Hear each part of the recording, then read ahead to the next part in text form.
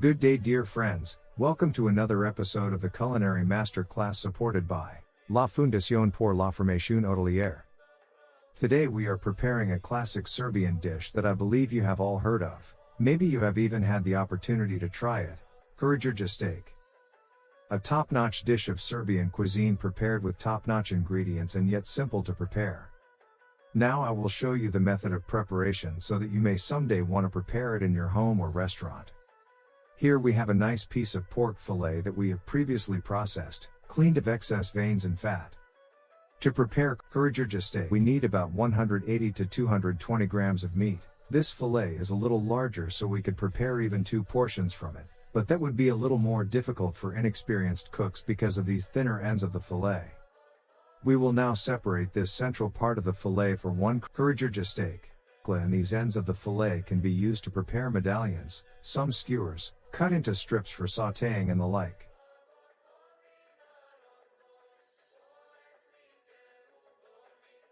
So we cut off these ends and leave them for further preparation of some dishes, and we press this central part and gently cut in the middle to get a larger surface of meat. When I explain to someone, I usually say that we cut the meat so that it is joined at the end, but that it can be folded like the wings of a butterfly. You see? Let's separate, and we have a much larger area of meat that we will now separate to get a leaner steak.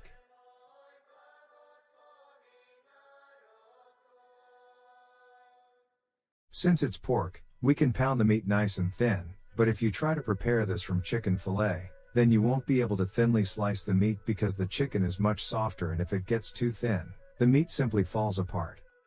That's why chicken cutlets are always much thicker. I took this small bag for the freezer, and we will use this bag to thinly slice the meat without the hammer sticking to the meat. If you don't have this bag, then you can dip the hammer in cold water and then slowly roll the steak. And now slowly beat the meat little by little to separate it. I have already emphasized several times in the recipes, you spread the meat little by little over the entire surface, so you gradually thin it out and get a larger surface of the steak. Do not hit one end hard to thin, but a little at a time over the entire surface.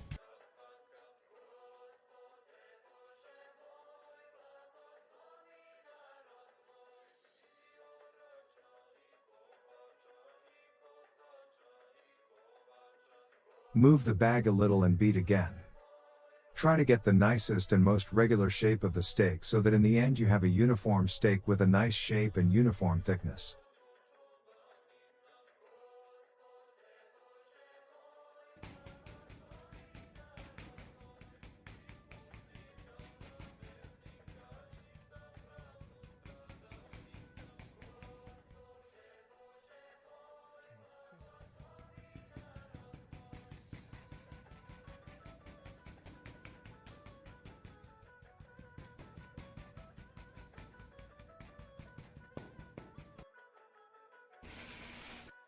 And now pay attention, this part of the steak will be the last, so we will separate it completely, and when we wrap the steak, this part of the meat will be completely stuck together and it will not be noticeable where the beginning and where the end of the steak is.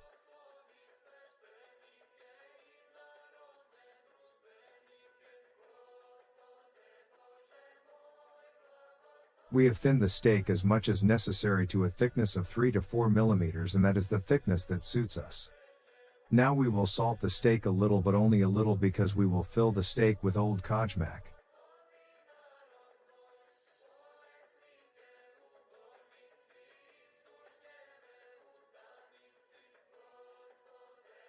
Kajmak is a dairy product made from premium milk fat, and is often used in the cuisine of Serbia, Bosnia, Montenegro, i.e. all countries of the former Yugoslavia.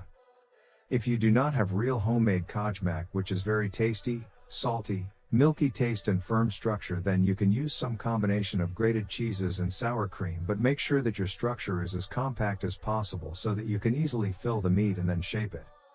However, the best option is to fill with old kajmak that has aged and that will then be a real Karadjordje steak. Do not fill them with some pieces of prosciutto, ham or similar as some chefs do in some restaurants. Do not do that, A real Karadjordje steak is filled only with quality kajmak. This steak was invented by the famous Serbian chef Miko Stojanovic at the Belgrade restaurant Golf when he had a high-ranking guest at a dinner party who requested Kiev cutlet, but Miko did not have the necessary ingredients for that specialty, so he made this dish from the ingredients he had and named it after the famous Serbian history military leader Karadjordje. We have salted the steak and now we will fill it with this high-quality cream cheese. You see the steak, it is not exactly rectangular in shape. I have now expanded this side a little more to get this irregular shape so that I can show you how to correct it. Fold the steak a little and then hit it again with a hammer to separate the meat. This way you can always fix the shape of the steak and stick the meat to the meat.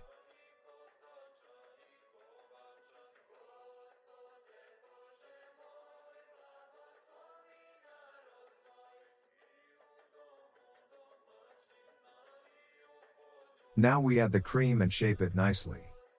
If somewhere in a restaurant you notice that this steak is cheap, then know that they don't use real cream because the price of real cream is quite high, so just in case, ask the staff what they fill it with if it's so cheap.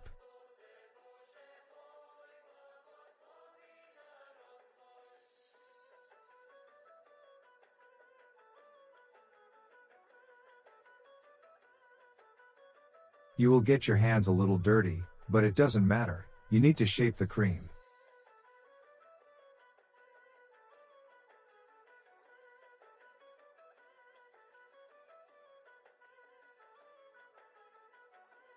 To prevent the cream from leaking out, fold the ends of the steak a little.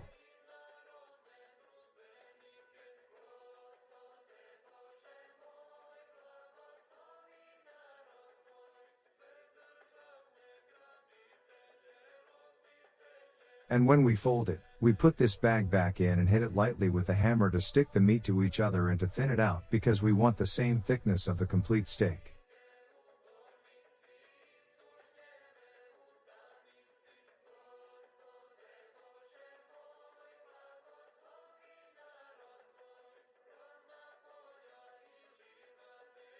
And now we take the knife again, slowly underline and stick to the cream.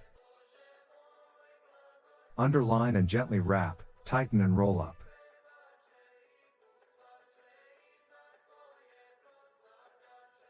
Look at this part, it's the part that we completely thin so that it sticks to the meat as easily as possible. And here we have a nice steak that is uniform in thickness and shape.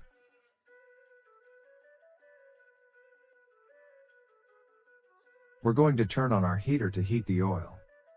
For this dish, it is necessary to add a little more oil, about 1.5 to 2 liters of oil, but okay. Karadjordje steak. I assume that you will not make it for just one person, but for several people, so you will be able to use a large amount of oil for several steaks. For frying, use a deep pan or pot in which you will pour a large amount of oil, or a small home fryer if you have one. Our steak is ready for breading in the Viennese way. This means that we will roll the steak in flour, then in eggs, then in breadcrumbs. This is called Viennese breading. We will take 2 eggs for breading.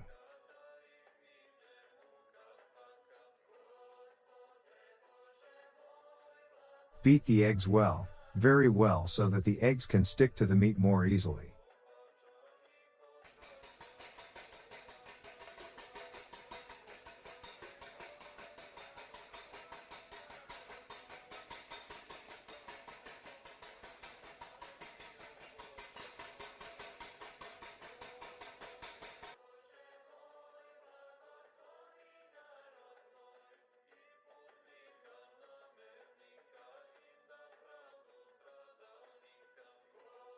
It happens in the kitchen and let's get some sleep.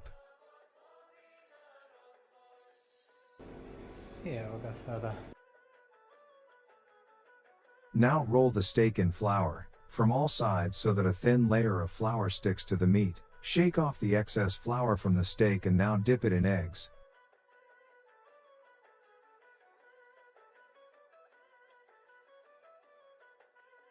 Turn the steak so that the eggs stick on all sides so that it can stick to the eggs and breadcrumbs.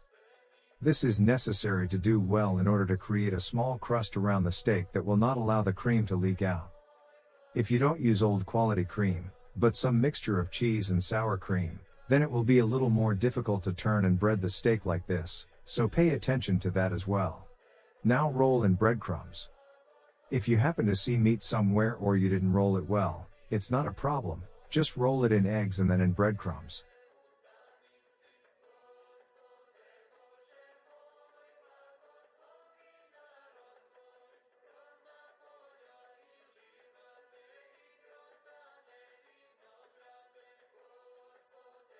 You can see how dirty my hands are now, eggs and breadcrumbs stuck to my fingers, but that's okay, it always happens.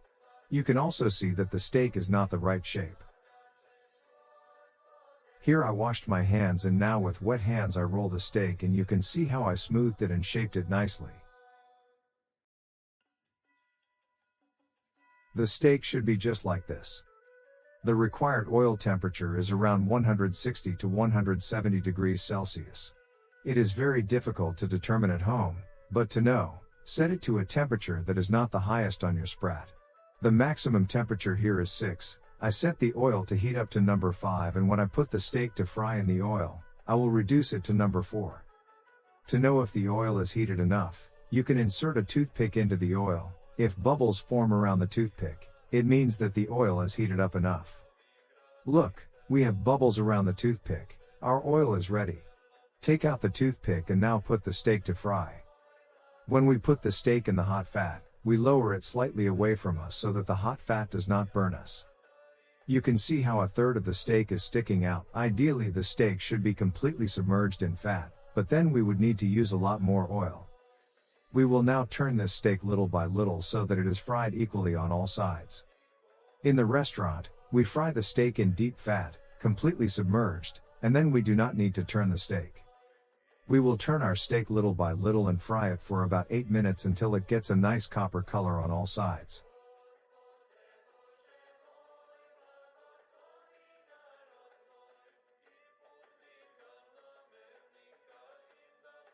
Also, what I would advise you to do is to save on the amount of oil and the time of preparation, as well as the time of frying, then you can make smaller steaks. The weight of the meat is about 100 to 120 grams. I now made a real restaurant portion, but you can make smaller pieces at home and then you will fry them more easily and you can put more pieces than once in the pan to be fried. Karadjordje schnitzel can be made from pork or veal meat, but if you don't like this type of meat, you can also prepare it from chicken meat, but then you have to emphasize that. The steak will be ready soon. We will immediately prepare the side dish. I decided to prepare fries because they are usually served with the Karadjordje steak in the restaurant, but you can use the side dish as you wish. It is also mandatory to serve the tartare sauce with the steak, as usual with all fried dishes. Tartare sauce will go well with this dish and fries. Our steak is ready. This is the color of the steak it should be when it is done. Be careful when you take it out so that your steak doesn't crack and the cream doesn't leak out and you don't accidentally fry yourself. You see, the steak didn't crack anywhere. We did a good job of frying it. Now we will put the French fries in the same fat to fry, but you have to be very careful. I advise you to use this French spoon and gently lower the French fries into the hot fat because the French fries are frozen and the oil is very hot and there is a possibility that the oil will burst and fry us. That's why you slowly lower the French fries into the hot oil to fry with a chef's French spoon. When the fries are fried, increase the temperature to maximum. If you have a deep fryer at home, then you can fry all this in the deep fryer and make this job easier. Now I'm going to get a nice serving plate.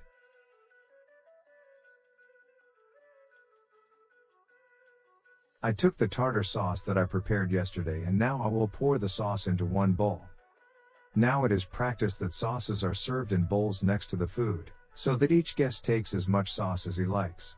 I'm going to pour the sauce into this bowl that's shaped like a spoon and it's going to look nice on this plate.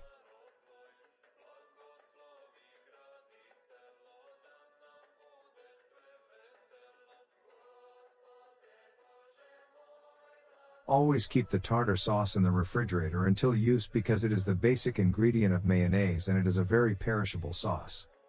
The fries are ready, so we'll take them out with a French spoon. I use this spoon. It is much better for taking out fries than, for example,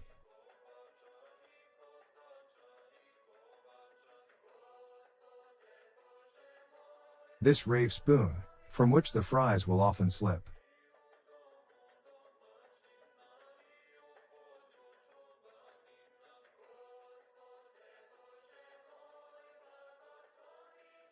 Add a little salt to the fries and now we will serve them.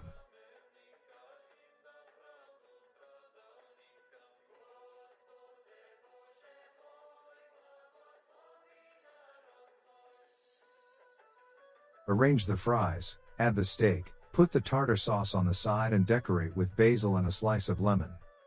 Lemon is served with this dish to squeeze it and thus improve digestion because this is a very strong and fatty dish.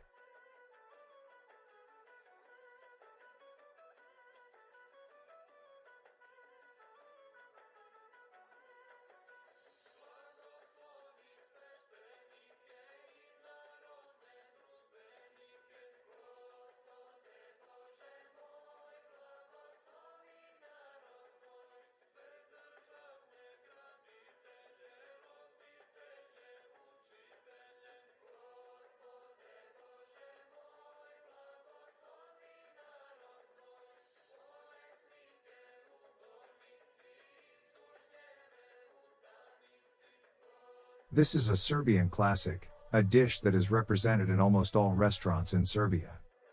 Now you have learned how to make this dish at home, try it. It takes a little more time to make it, but it is very tasty and I believe everyone will like it. Try it, surprise yourself and your guests. Enjoy, cook, love and create new recipes. Until the next video, bye. I also want to show you what a real Karadjordje steak looks like when cut in half.